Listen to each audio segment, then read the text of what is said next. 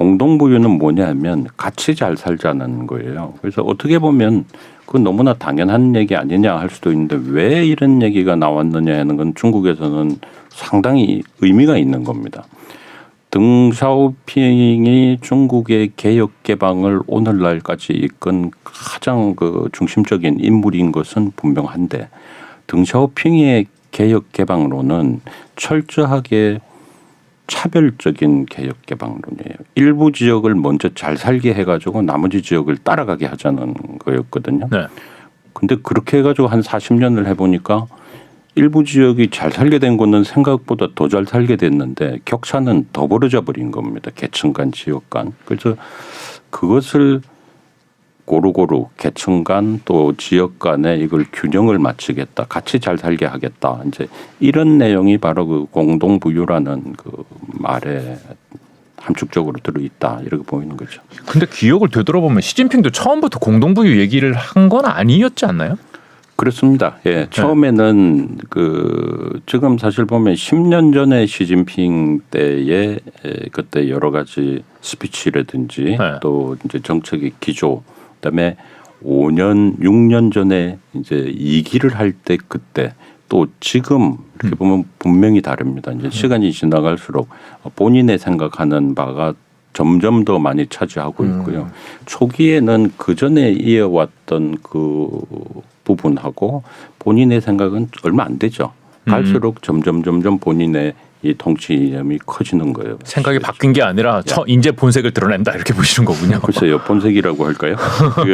본인이 이제 하고 싶은 거. 그다음에 또 이게 필요한 것은 뭐냐면 그때의 중국의 상황, 국제 사회 속에서의 이제 중국의 그 현상, 입장, 그다음에 2기 때 입장, 또 지금 현재의 상황은 분명히 다를 거예요. 그래서 여러 가지 이제 그런 측면을 보게 되면 공동부유라는 것이 뭐 전혀 아주 새로운 개념은 아니지만 지금 중국으로서는 가장 필요한 것이죠.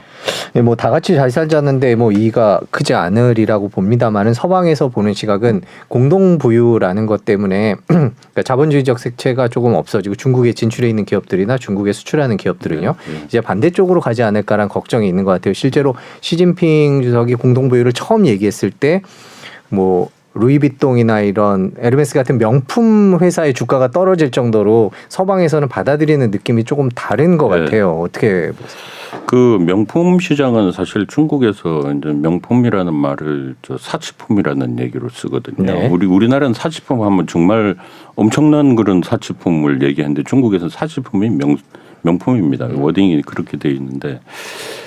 이 확실히 외국계 유명 브랜드들이 과거만 못한 것은 중국 어딜 가나 느낄 수가 있습니다. 아 실제로 사람들도 그래요? 예, 그래서 이게 중국에서는 어떤 말이 있냐면 구어차오라는 말이 있어 그게 한자로 쓰게 되면 나라 국자에다가 조류할 때 조자예요.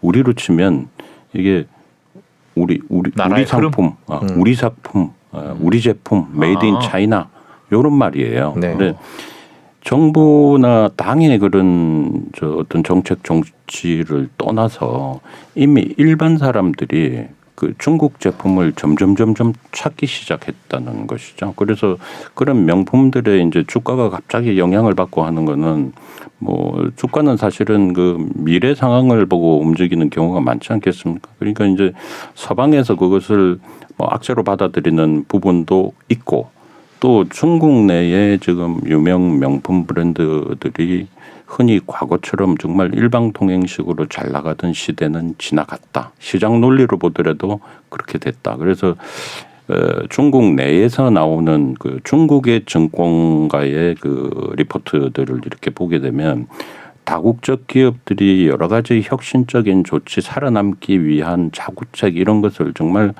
대단히 열심히 지금 노력을 하고 일부는 철수를 하고 규모를 줄이고 뭐 이런 모습들이 지금 많이 나타나고 있죠. 마인 생각이 나는데 이제 빅테크나 일부 중국의 빅테크나 아니면 그로 인해서 큰 돈을 번 사람들에 대해서 그런 식의 기술 개발이나 이런 거에 대해서 중국 당국이 태클을 거는 약간 저하는 거 아니냐 이런 의심도 있거든요. 그 부분에 대해서는 어떻게 보세요?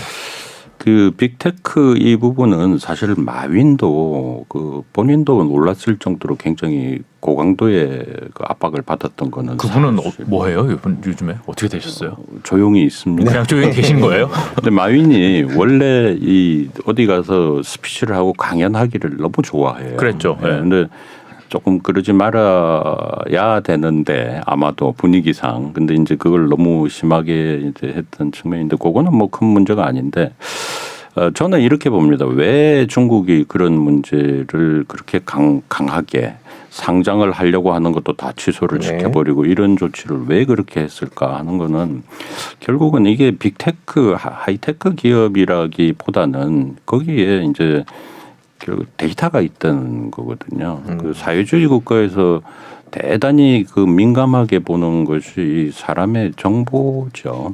그 정보 거기는 온갖 정보가 그러니까 막 관이 가지고 있는 정보 이상의 정보를 민간이 가지고 있다고 할 경우에는 상당히 이거는 저 불안정한 요소가 될 수 있을 겁니다. 그래서 그런 차원에서 그래서 사실 이제 그때 제재 대상이 됐던 적지 않은 기업들이 사회공헌 많이 했어요.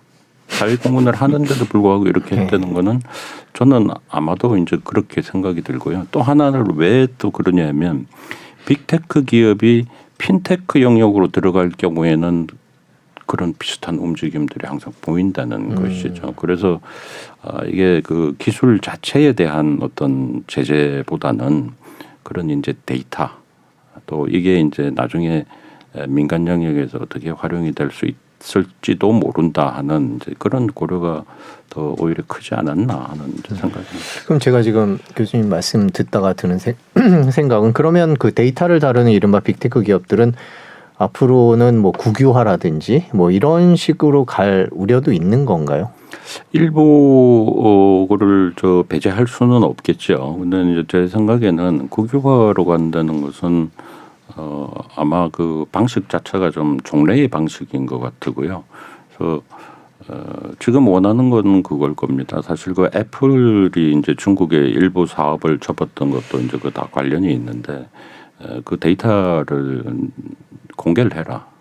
정부에다가 공개를 해라. 이제 그런 부분인데 사실 이 회사 같은 경우는 그게 굉장히 또 생명이잖아요.